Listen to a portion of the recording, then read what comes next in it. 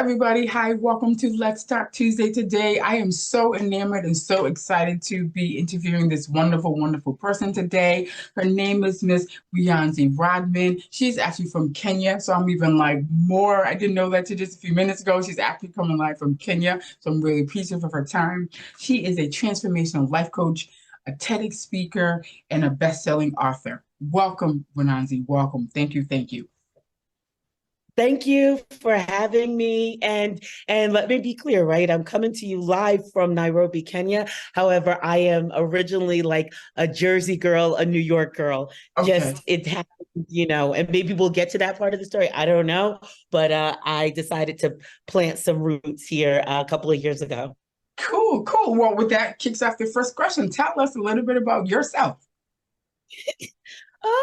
Well, my name is Vuyanzi Rodman, and for branding's sake, Coach Vuyanzi, and I am indeed a transformational life coach, and I help Black women leaders make career transitions with ease. It is my desire, Lori, to see 1 million Black women leaders globally to make positive impact on the world through coming through, my programs. So a little bit about myself. I guess I should start off because I just hung up the phone from my daughter. I'm a mom of 3 grown people. I won't say what I usually say because I don't want you to have to blurp out a word, but I usually say grown beep people. And I have a daughter. She's my eldest in a set of twin boys those are my 2 youngest. I am who feels honored isn't even the word, but I'm a person who feels very privileged to be living my purpose in what I do every day. As far as where I was born in the state of New Jersey, grew up between New York, not city, outside of New York, Rockland County, New York and New Jersey, a place called Teaneck, New Jersey. And I was a teenage mom. I was one of those people who actually graduated high school pregnant, believe it or not. And by the time I was 21, before I was 21, I'd had 3 kids already. So I like to say I'm now starting to actually talk about it more because I don't think I realized at the time how much the odds may have been stacked up against me because I was a Black teenage mother with 2 baby daddies, if you will. Let me just put all the stuff out there. I was blessed to eventually graduate from college, and I started off my career as a middle school teacher teaching social studies, and saw that there was something outside of the classroom. So I will forever be a teacher. And there were many transitions that were made that led me to get introduced to the coaching field. And I was like, there are people called coaches? And I actually signed up for one, didn't really understand it still, but it took about 10 years from making a decision to actually going for it. But in 2018, I was working a full-time job, pretty much getting, like when you'd add in the commissions, a little over 6 figures. I had a company car, which you're not paying for a small amount each month, had that gas card, and that's a beautiful thing because it's like you didn't pay for gas. However, in January, or was it February of 2018, I said, if I keep this, I will not pursue whatever it is that I'm supposed to be doing. I was on the road. That job had me on the road about 80% of the time. So even when I tried to think about anything else, Lori, I couldn't because like I was tired. There were times I was walking down Newark Airport like, where am I going again? like that. Yeah. And so I made the decision to leave. Now, at the time, I didn't know what leaving was going to look like. I didn't know if was going to be coaching, but I just I wanted to be freed up to do what I was supposed to do. So then I put in my resignation, Lori, the heads, and they're like, why are you leaving? And I just gave this answer. for personal projects. And within a few months after I left, I signed up for a coaching school because I also believe in the power of education and understanding. I went for it, and I have not looked back since. I'm glad you took that journey. So we got a chance to meet you here. You got a TEDx, you got stuff going on. So that was a great decision for you. I didn't know about coaching either. And I realized I had been doing that for a while before I heard that first term. And I'm like, you mean people get paid for helping do that? I'm like, okay. So I started my journey in like 2011.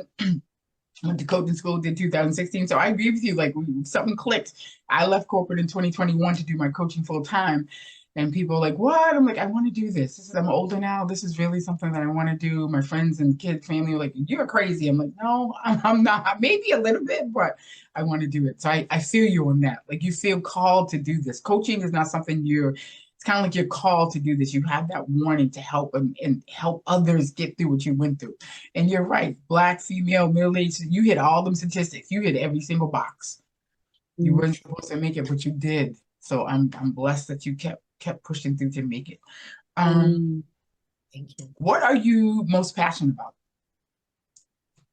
I'm passionate about seeing people, but I like to focus on Black women leaders making bold decisions about their lives.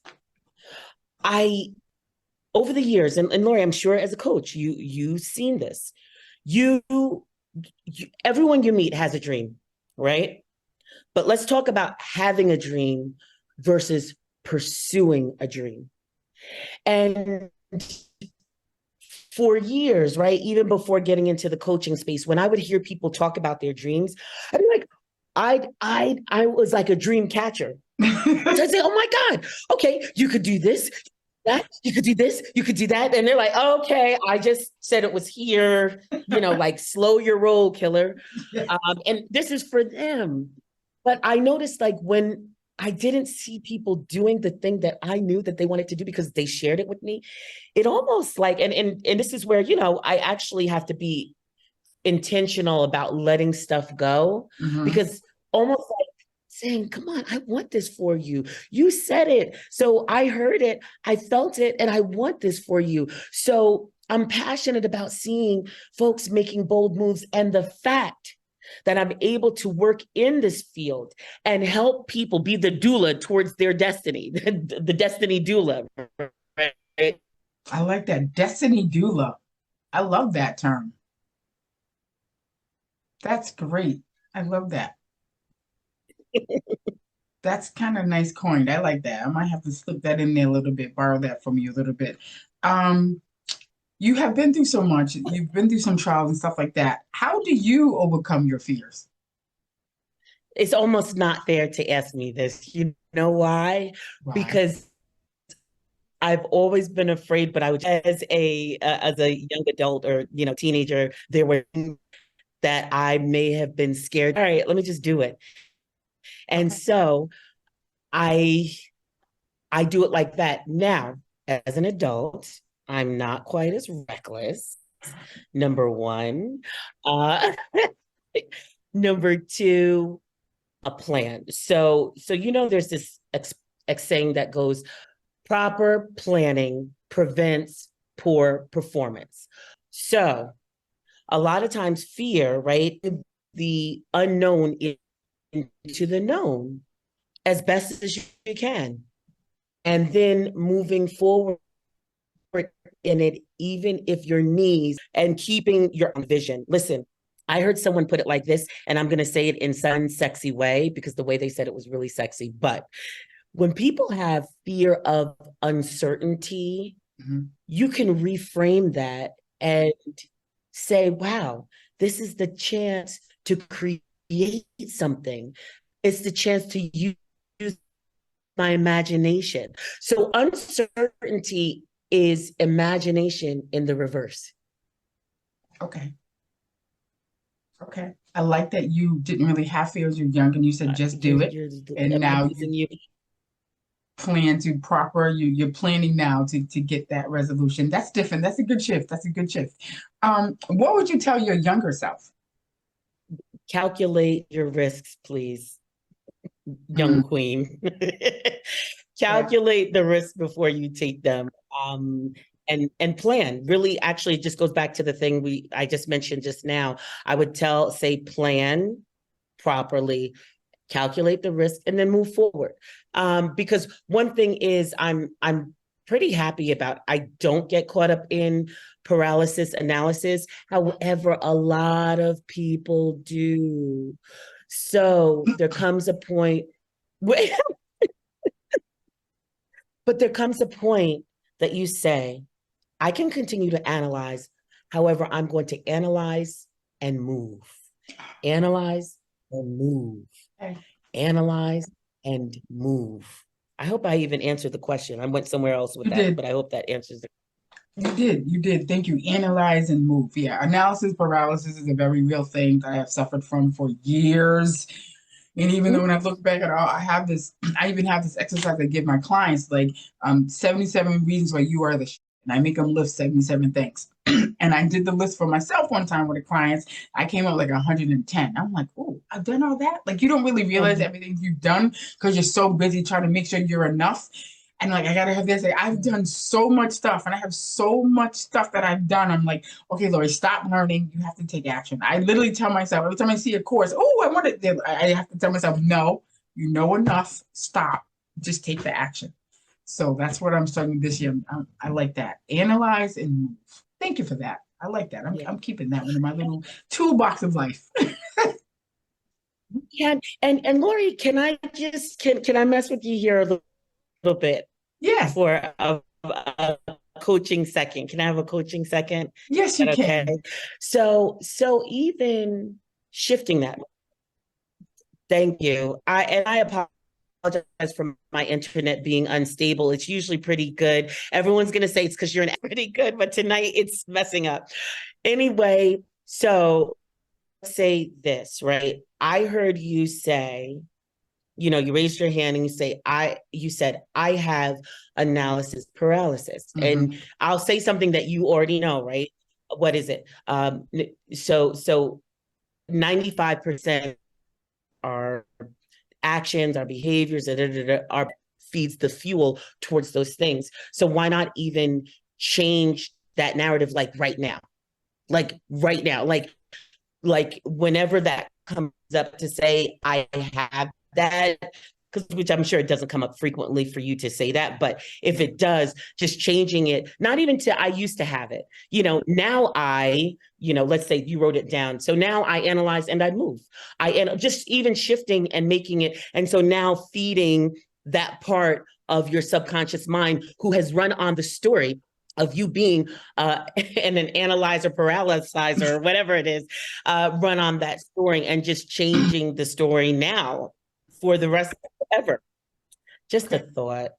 Thank you. I would take that because I've been trying to get out of it. I try things like I used to have it, I don't have it, or I try to ignore it, and it still comes up with things that I should be doing. Like I should have launched I have a new program I should have launched June 1st, and I have not yet.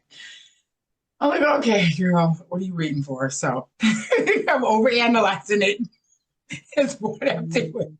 But thank you for that. I'm keeping those little nuggets. Analyze and move. And the Destiny Duo. I like those. I'm keeping those. I'm keeping those. What is your favorite quote and why? I used to say this for years at the end of my trainings. Okay, it's just going to be a part of a quote, but this quote is by Dr. Martin Luther King. And there's a much longer part to this, but it says this, a part of it says this: whatever affects one directly affects all indirectly. For some strange reason, I can never be what I ought to be until what you are, what you ought to be. And you can never be what I ought to be until I am what I ought to be. And they messed up that quote. But my point simply is that quote tells me, let's just go right now with the program that you're going to launch very soon. It's just been delayed.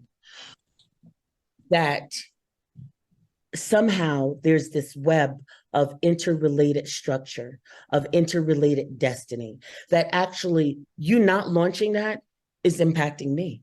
You may say, well, how the heck is that impact? No. if you're not being fully who Lori's supposed to be, then I fully can't be who Vuyanzi's supposed to be. I'm shifting gears in my business right now, really halting on my one-on-one practice to focus on my group practice. But if I don't manifest that, then that indirectly affects you and how you carry out your business. We're all somehow interconnected. We are all one, coming from one. So let's all be what we ought to be, so then others around us can grow into who they're supposed to grow into, even when you don't understand or cannot see the web of connection. We are connected. I believe that. And that makes sense. You're right. And I've heard that before from other coaches. Like when you don't do what you're failing to launch, is helping someone. Someone needs what I have, and me not giving it to them is stopping their growth. And I'm like, yes, you're right. And I so get stuck. So I get it. I get it. And I appreciate that. Thank you for reaffirming that for me. I appreciate that. You are such a lovely soul. I am so glad that we crossed paths. I don't even know remember how we crossed paths, but I'm glad that we did, so we can stay connected. Are there anything that you can let my community know of, any projects that you're currently working on, that we can look out for? Yeah, absolutely. So I would definitely say probably Facebook is the best place to follow me, at Vuyanzi Rodman. And I have like I said, I'm shifting now out of one-on-one. I do have one-on-one clients. They get to stay with me. However, I have what is called Career Passion Accelerator Program, the Career Passion Accelerator Program, for those Black women leaders who are looking to transition their careers with ease. 12-week program, group program. There's lots of good pieces to this. There's a membership site, and there's weekly calls, live calls that they can be on with question and answer. So I'd encourage people, follow me on Facebook, Vuyanzi Rodman, and then get the lowdown there, and get encouraged there. Even if you say, I don't care about that program, get encouraged there. Be a part of the conversation. And also, I have global Black Women Leaders Network. I have a group as well, but you could see that group also on my profile. And I do lives weekly there as well. So on choices that the group members choose. It's a small group, but let me watch my wording. It's a small group, and I want to keep it as a quality group. You know, you have a lot of groups that are 1,000, 2,000, 3,000, but people aren't engaged. I'm looking for a group of Black women leaders globally that are staying engaged. And so I do those weekly lives every Thursday, 12 p.m. Eastern Standard Time. Thank you very much, Vuyanzi. I'm so glad that we connected. Thank you for spending and sharing your time with me today, because I know time is very personal. Thank you. Bye.